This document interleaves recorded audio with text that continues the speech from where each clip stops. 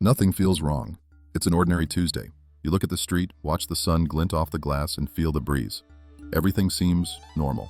For a few minutes, nothing happens. And that is exactly how the system prefers it. But suddenly, people are running in the opposite direction. Your eyes tell you there is nothing there but a clean, silent sidewalk. In 2042, this isn't a system error. It's a decision. If you think censorship is about deleting text or banning accounts, this video will show you why you already don't see what was erased. The problem isn't that your eyes see more, it's who decides what that means. Read that again. Realize what just happened. What you call vision is actually a data feed rendered by the state. Physical reality has become an irrelevant draft, a blank space that only gains color and form after passing through the central server's compliance filter. If the system decides a person is invisible, they simply cease to occupy photons in your field of vision. They vanish. First, the vision. Convenience was the initial trap. It all started with the ease of having maps floating in the air and instant translations. It felt like a gift. It wasn't. Normalization occurs when you realize you can't operate in the world without that support. Try taking off the lenses in 2042. You'll find the doors won't open. Market prices don't appear. People's faces become identity-less blurs. You've become dependent on a digital intermediary to process the light hitting your retina. The cost is the total surrender of your perception. Technology here is not a tool. It is the metric that defines what exists and what is deleted from public consciousness. Think with me. If you can't see inequality or conflict, how can you even formulate the idea of resistance? Perhaps there is still a limit here. There isn't. This isn't a prediction.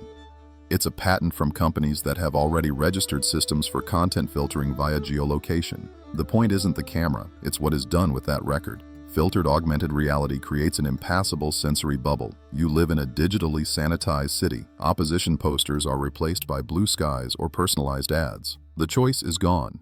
Visual censorship doesn't debate ideas. It erases the idea before you can think it. Now, consider the price. The infrastructure that helps you find a product is the same one that allows the government to erase a dissident from your visual memory. If someone commits what the system calls high treason, that person's avatar is removed. Imagine a neighbor who simply stops speaking because they no longer exist in your feed. You bump into someone on the street, you feel the physical touch.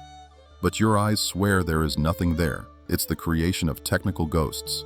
The individual cost is the loss of shared sanity. You can no longer confirm with your neighbor what you both saw. Every interface is calibrated by the user's loyalty level. Truth becomes a private, conditional rendering, and no one warned you. 2042 isn't a prediction. It's the date this stops being optional. From here, everything changes. Access to certain neighborhoods or visual information becomes a privilege for those who maintain an impeccable behavior metric. If you frequent unauthorized places, your lens begins to degrade image quality. The system inserts noise. It blocks points of interest. You are punished through the deprivation of clarity. And this is already being tested. This isn't a theory. It's the practical application of adaptive display patterns that exist today. The social result is a population inhabiting the same physical space but living in completely different political realities, each surrounded by their own invisible walls of algorithms. In this scenario, the idea of public space dies. What remains is a controlled environment where every photon is verified before hitting your optic nerves. Technology has turned curiosity into a red flag. If you try to focus your gaze on something the system has marked as blurred, that interest metric is recorded immediately. The system understands you are seeking the forbidden. The cost is the end of spontaneous exploration. Every look is a decision that feeds your risk classification. You learn not to look, by instinct, by fear. That's all it takes. Perhaps the future isn't about technology. Perhaps it's about who can still refuse to see what is imposed. But in 2042, refusal is treated as a hardware failure. Those who try to live without the interface are classified as an anomaly, a socially blind person who cannot be tracked and therefore cannot be trusted. Visual censorship isn't just about what is forbidden to see. It's about the obligation to see only what is permitted. The freedom to look at the void has become the ultimate luxury and the ultimate crime. You haven't realized it yet, but your vision is already under contract. Everything seems calm. You're sitting on the subway, reading or just resting. Nothing is happening. Then you frown for half a second. The system records it. Your score drops before you even notice.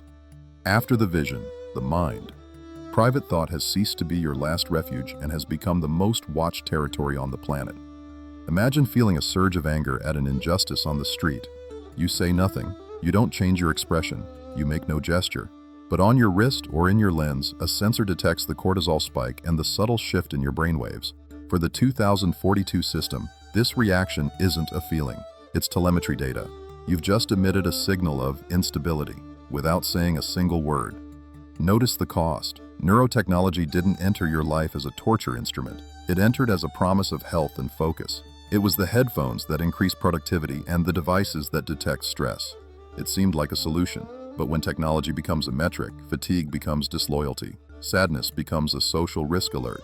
The system now uses effective computing algorithms to map your baseline state. Any deviation is recorded. Having an inner life is now a security risk. You are no longer watched for what you do. You are watched for what your body processes while you try to stay silent. Think with me. If the state can read your intention before you formulate it, crime has changed its nature. This is already anchored in real science. Brain-computer interfaces today can already translate neural impulses into text. The point isn't the science, it's the power it creates over those who can't turn it off. In 2042, laws against hostile thoughts treat the brain as a regulated public space. If you process a critique, the algorithm classifies it as a pre-intention crime. You are punished for something that wasn't even an action.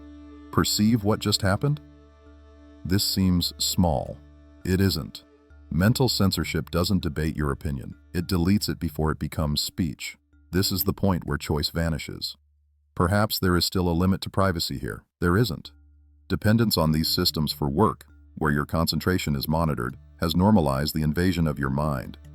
Now, to keep your job, you must pass mandatory neural exams. If your mental pattern is deemed deviant, re-education is automatic.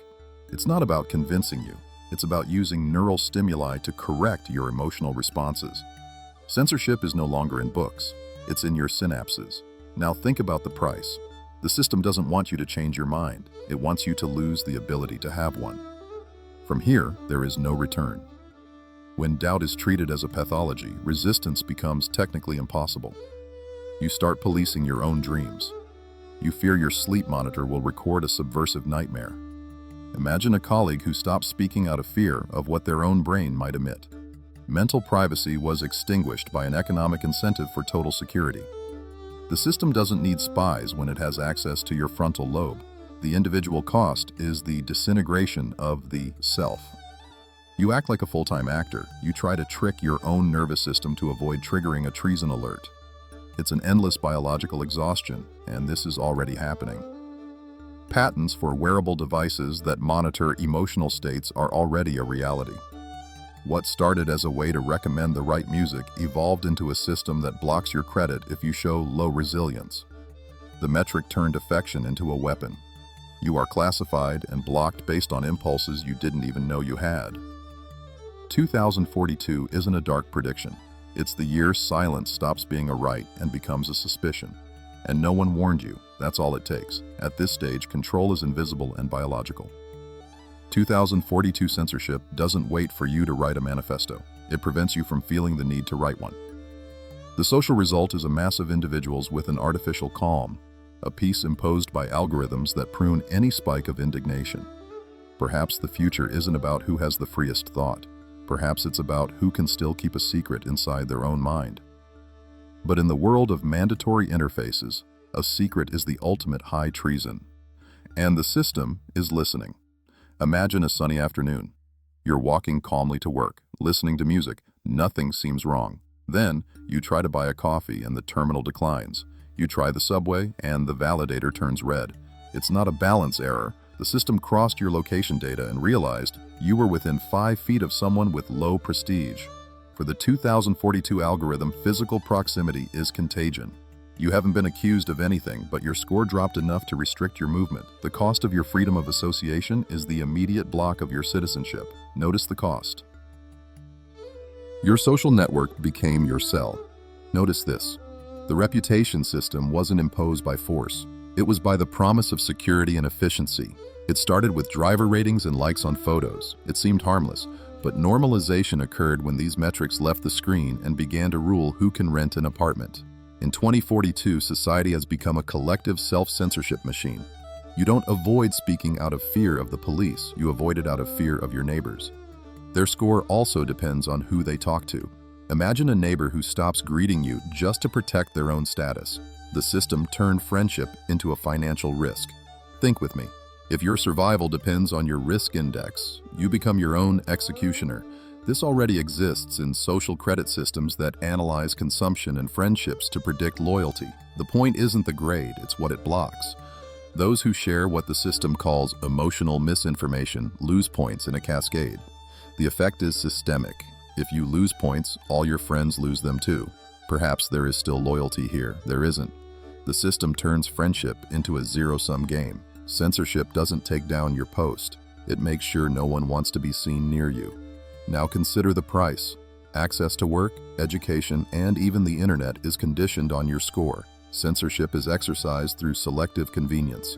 If you are a model citizen, doors open. If you are a suspect, the city becomes a labyrinth of technical obstacles.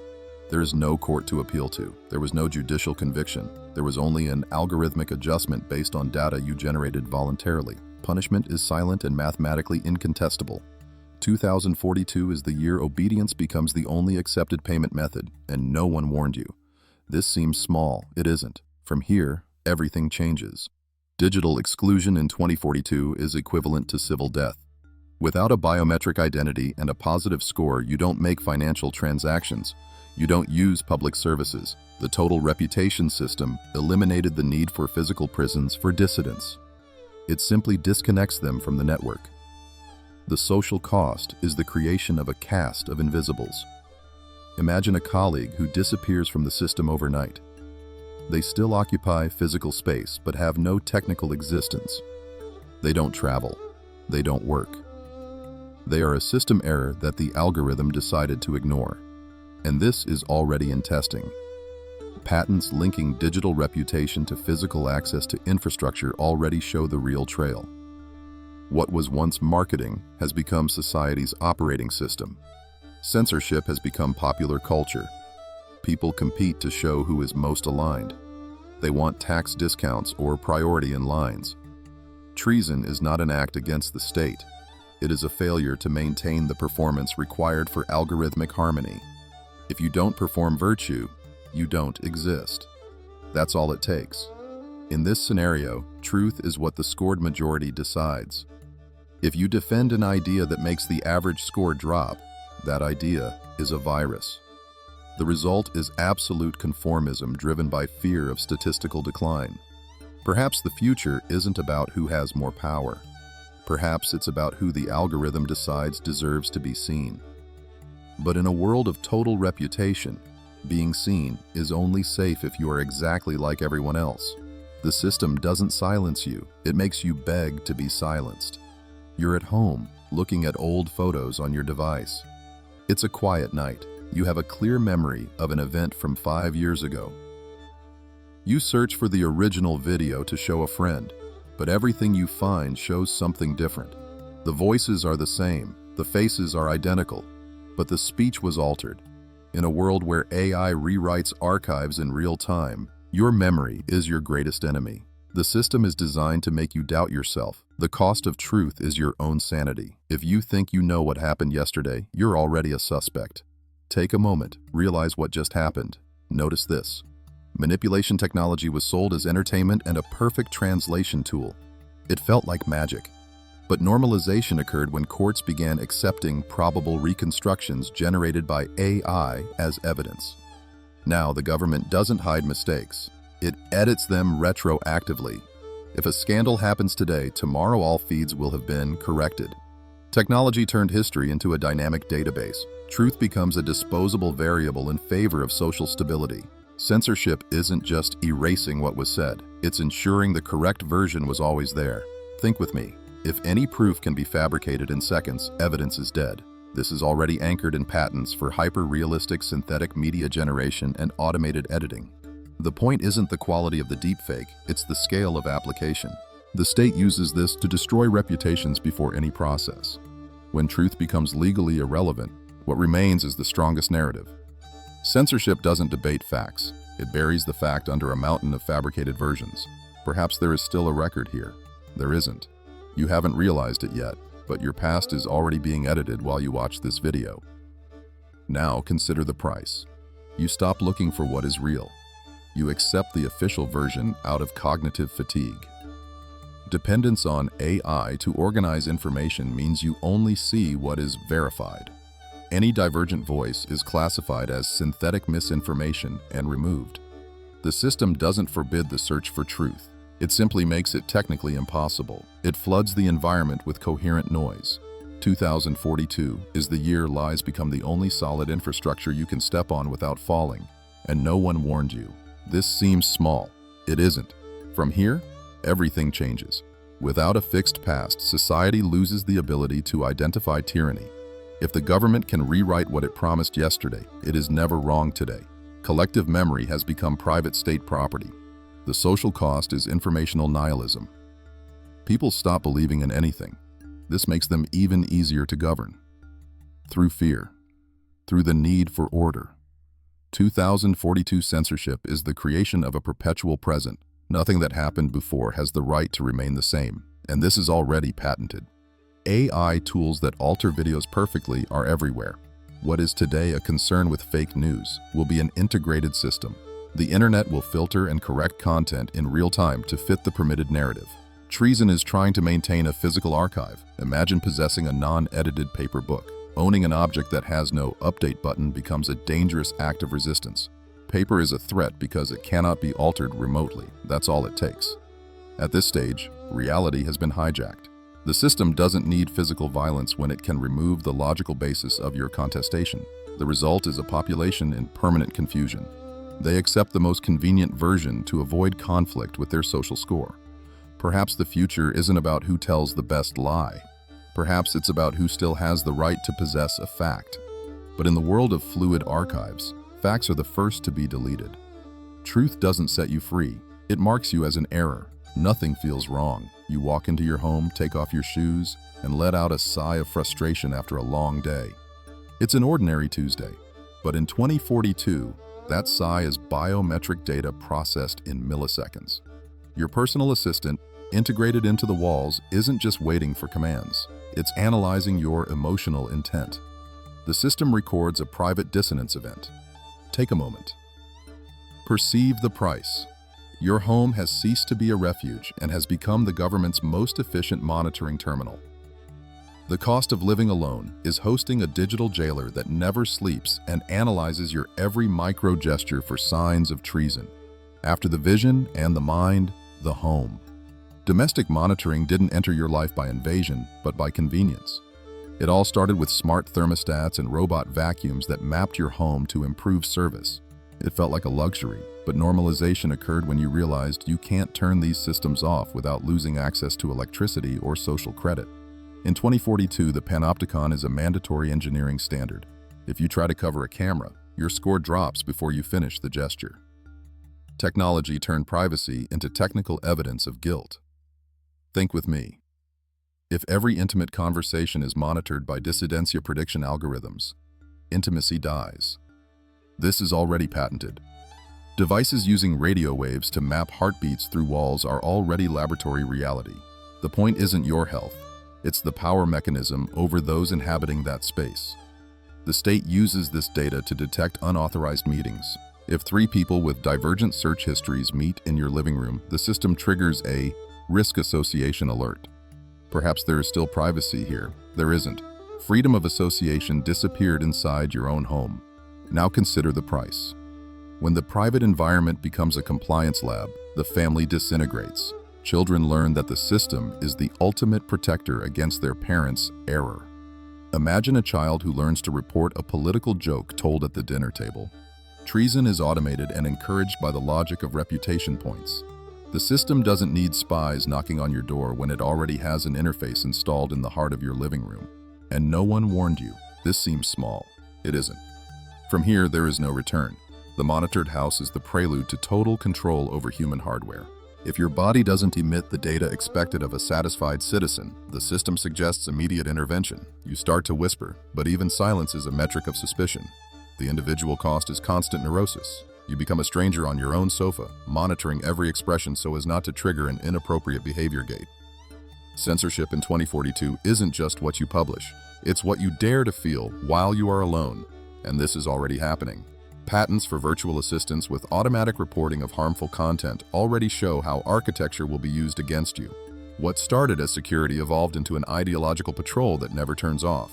The social result is a population living in absolute silence, even at home. 2042 censorship eliminated the barrier between public and private. It turned your kitchen into a continuous judgment court where you are always the defendant. That's all it takes. At this stage, domestic space has become an extension of the state server. You aren't the owner of your home, you are just the tenant of a surveillance system you financed yourself. The system won because it became life's own infrastructure. Perhaps the future isn't about where you live, but about who can still maintain a facial expression the system can't decode. But in the domestic panopticon, your face is algorithm property, and the algorithm does not accept errors. Everything seems functional. You open your device to write a simple message, but when you type the word resistance, the smart keyboard doesn't process it. It automatically replaces it with collaboration. In 2042, rebellion has become technically impossible because the language needed to formulate it was erased from the code. If you think censorship is about banning books, this chapter will show you that true control is preventing the words for the manifesto from ever existing. Take a moment. Realize what just happened. One does not forbid thought. One removes the technical capacity to express it. After the home, the word. Predictive text technology was sold as inclusion and efficiency. It felt like progress. But normalization occurred when systems began to suggest only tones of voice that don't cause social discomfort. If you try to use sarcasm against power, the mood detection algorithm blocks the send for instability risk. Technology turned communication into an assembly line of authorized phrases. The cost? The atrophy of your ability to contest. If you can't write about oppression, you lose the ability to perceive it. Think with me. If your language is filtered before it is born, critical thought has nothing to stand on. This is already patented. Spellers using semantic analysis to filter content in real time are already in development. The point isn't grammatical correction, it's the blocking of divergent ideas. The state uses these mechanisms to ensure new generations grow up without knowing the concepts of autonomy. Perhaps there is still dialogue here. There isn't. The past and the language now belong to the central server, which updates meanings according to the day's needs. Now consider the price. You inhabit a semantic prison. If you try to use slang or codes to bypass censorship, the system learns the new pattern in milliseconds and neutralizes it. Treason here is trying to maintain the purity of the original language, which is classified as subversive dialect use. You are punished through the deprivation of communication. Your messages stop arriving or are delivered with danger warnings. The system doesn't silence you. It removes the tools that allow you to be heard. And no one warned you. This seems small. It isn't. From here, everything changes. When language is reduced to permitted instructions, thought diversity dies without violence. The 2042 system doesn't need to burn books when it can make typing them an impassable system error. The social cost is the emergence of a population thinking in prefabricated blocks of state ideology. 2042 censorship is the final victory over human reason.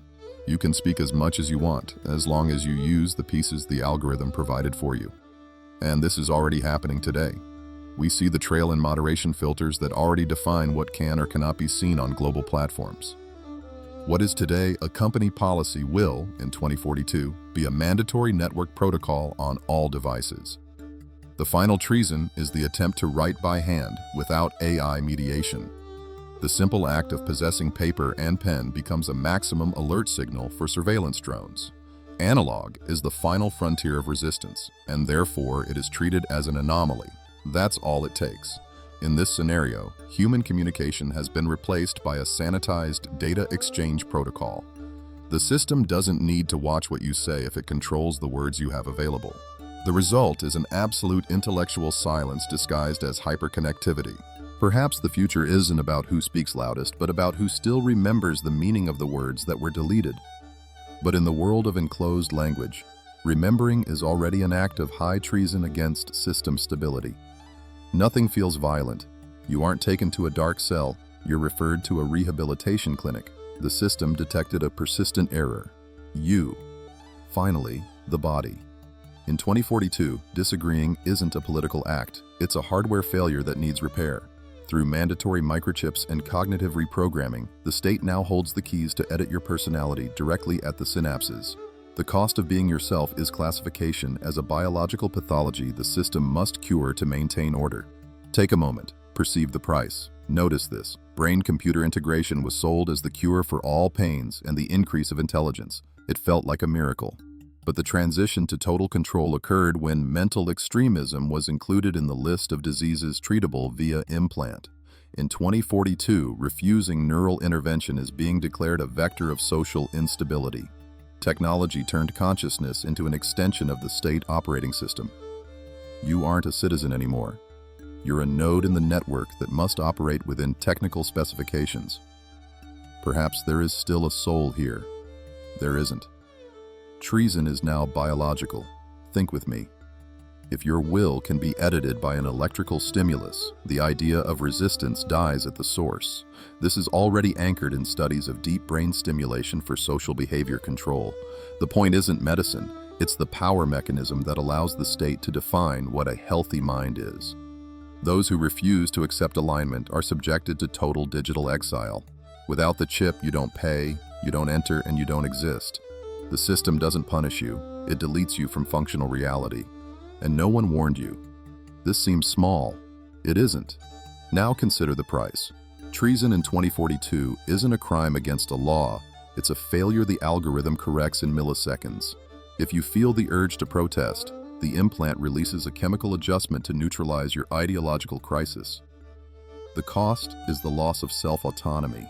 You become a passive spectator of your own body, watching yourself obey while your original mind is buried under layers of neural correction. The 2042 system achieved perfection by eliminating conflict at its biological root. From here, everything ends. When discord is treated as a disease, politics disappears and only technical maintenance of the mass remains. The social result is a perfectly functional population, but devoid of initiative. 2042 censorship isn't about what you do, but about who you are permitted to be inside your skin. You started this video looking at an empty street. Now you know the void wasn't absence, it was choice. The system doesn't ask you to obey, it ensures you never see another option. And this is already happening. The trail is in devices that promise to hack the brain to improve mood and productivity. What is today self-help, in 2042 will be the ultimate shackle. The final treason is the attempt to keep one's own biology pure, away from state mood correctors. But in a world where access to life depends on a neural signature, being analog is the ultimate death sentence. That's all it takes. The end of 2042 offers no way out and does not reassure. The system won because it became indistinguishable from human biology itself. There is no them against us when control is installed in your eyes, in your home, in your speech, and in your brain. Perhaps the future isn't about technology or governments. Perhaps it's just about who, amidst the noise of 1,000 algorithms, can still hear the sound of their own thought and decide for a millisecond not to be cured. Now you know. And knowing also has a cost.